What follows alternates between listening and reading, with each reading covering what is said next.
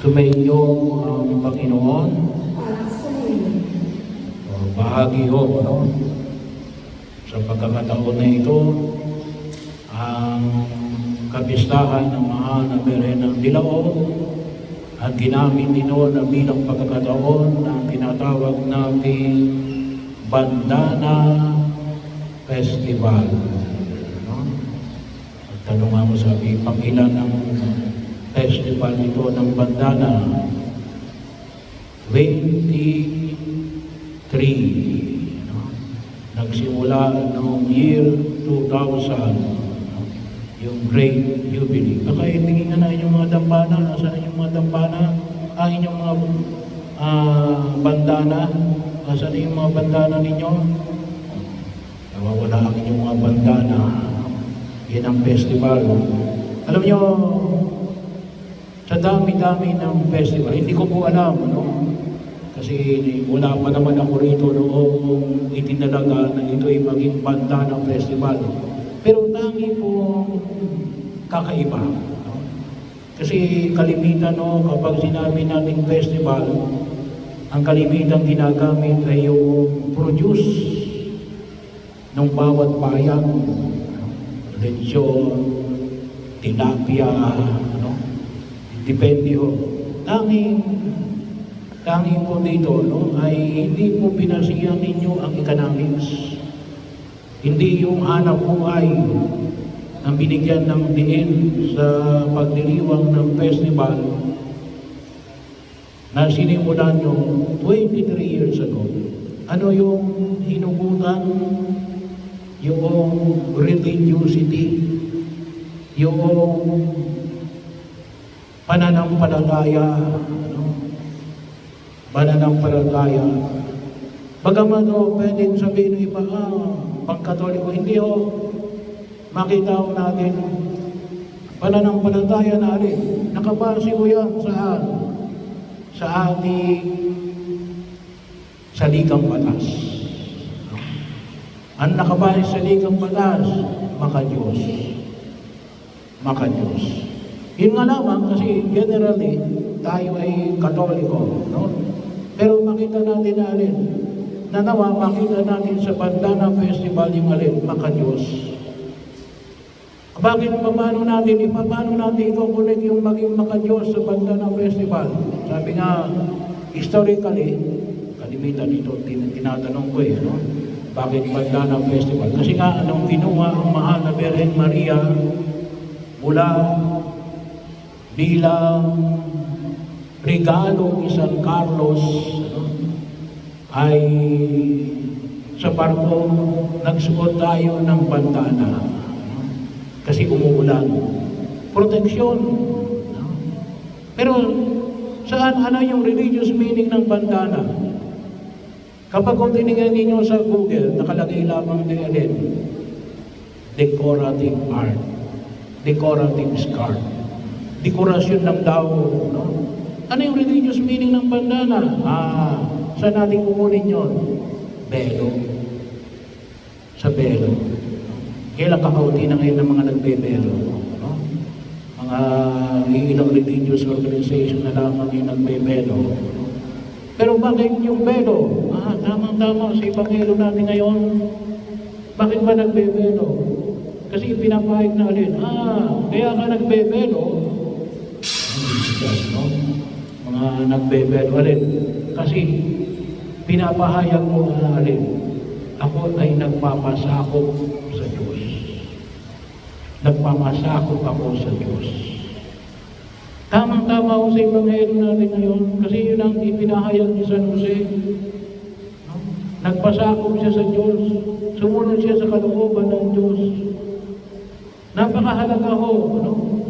Kaya lang, siyempre, yung ating pamamahayag ay mayroong Catholic underlinings. Pero ganun pa rin, makita ko natin. At yun din bahagi ng ating saligang batas. Maka-Diyos. Kaya kapag yung ibang sekta sabihin na, hindi, maka-Diyos. It is just one of our reflection and of isang pamamaraan. Pero generally, ang binibigyan natin pansin ay maka-Diyos. At tayo nagsusuot ng bandana, bakit? Tayo nagpapasakop sa Diyos. Katulad ni San Jose, nagpasakop siya sa kagustuhan ng Diyos. May ibang plano si San Jose na nakita natin sa Ebanghelyo. Anong plano ni San Jose?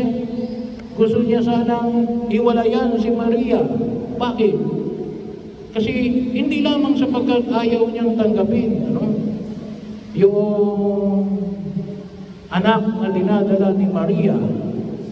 Ngunit alin, para ayaw na mapahamak si Maria.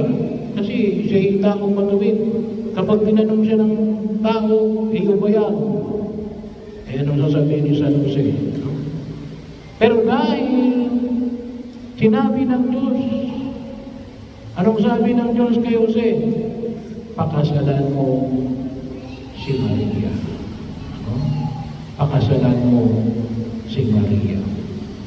Kaya bahagi yun na kung saan makita ko natin si Maria at saka si San Jose ay ilan lamang sa mga halimbawa na nakita natin tumubong sa panawagan ng Diyos na para sa Jesus ay ipanganak sa daigdig na ito ng may kaayusan. Bakit? Kasi kung tinanggihan ni Jose, pwede si Maria yun din. Kasi nung panahon na yan, 2,000 years ago, kapag ikaw ay nakita na kikiapin, si Jose ang itinuturing na ipakakasal kay Maria.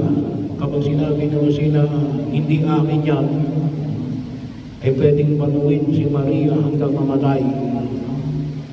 Kaya, hindi lamang si Maria, kaakibat si San Jose, na tumugon sa kalooban ng Diyos. Pagkilos na kung saan ay makita ko natin. Kaya, sana makita natin yung bandana katulad ng belo. Sa banal na kasulatan, makita ko natin ang maraming biblical na papahayag na alin tungkol sa belo. At isa dyan yung alin, maliwanag na alin, ako ay nagpapasakop sa Diyos. Ang sinusunod ko ay kalooban ng Diyos. At yan po yung mahalaga. Mahalaga. Makita rin natin na alin, sabi nga natin, yung image ay kinikilala natin na regalo ni San Carlos. Isang political figure during those time.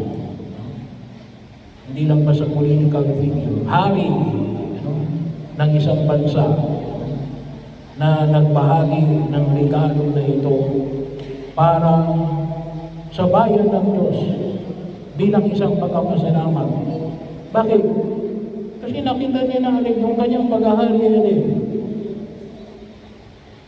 Ito ay kagustuhan ng Diyos. Kagustuhan ng Diyos.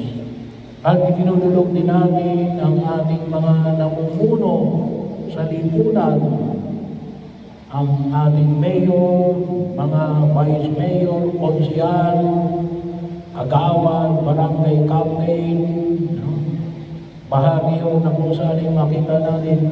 Gusto niyong umulad ang bayan ng Diyos, gusto niyong umulad ang bayan ng pangil, ay tanong niyo sa Diyos. Ano ba yung gusto ng Diyos? Baka kaya tayo hindi umulad, hindi natin tinatanong sa Diyos kung anong gusto ng Diyos sa atin. Baka ipinapahayag ng Diyos sa atin, katulad ng ipinahayag kay San Jose. Saan ipinahayag kay San Jose? Sa isang panaginip. Nanaginip siya ng isang anghel. Ang Diyos ay pwedeng magsalita ko sa atin. At sigurado na yung kanyang kagustuhan, yung kagustuhan niya na maging kabahagi sa pagliligtas ng Diyos, kasi ito yung biyaya na ipinagkaloob kay Maria at kay Jose, na tunay na maging bahagi ng pagliligtas ng pagdating ng Mesiyas, na siyang magpapatawad ng ating mga kasalanan. All of us al corroborator. Tayong lahat ay alin? Ay magkasangga, magkasama. Either para ipakita yung paghahari ng Diyos or wasakin ang paghahari ng Diyos. No? Kaya saan tayo? Saan tayo nabibilang? Kaya paano natin magagawa yun? Pasakot tayo sa Diyos. At makikita natin na rin, maraming gagawin ng Diyos na himala para sa atin. Bahagi yun ay pinakita niya ito sa mahal na Birhen Maria, kay San Jose, sa mga santo at mga santa, na idinudulog natin sa harapan ng publiko. Pero sana yun ang makita ninyo kapag kayo nagsuot ng kampana, na nawa magawa ko yung kalooban ng Diyos.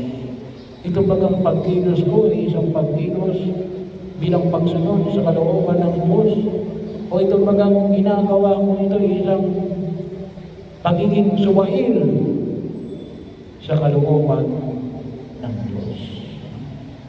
Kaya yun nawa yung makita ko natin ba pagkakataon kung ano mang Diyos ang pinaniniwalaan nyo kahit hindi Katoliko. Bahagi o yan. Iisa lang naman talaga ang Diyos. Pero kapag nakita natin na tayo sumusunod sa kalooban ng Diyos, ay katulad ng ipinahayag sa Ebanghelyo na nakita ni Jose at ni Maria, ano sabi nga? Emmanuel. Ang Diyos ay sumasa.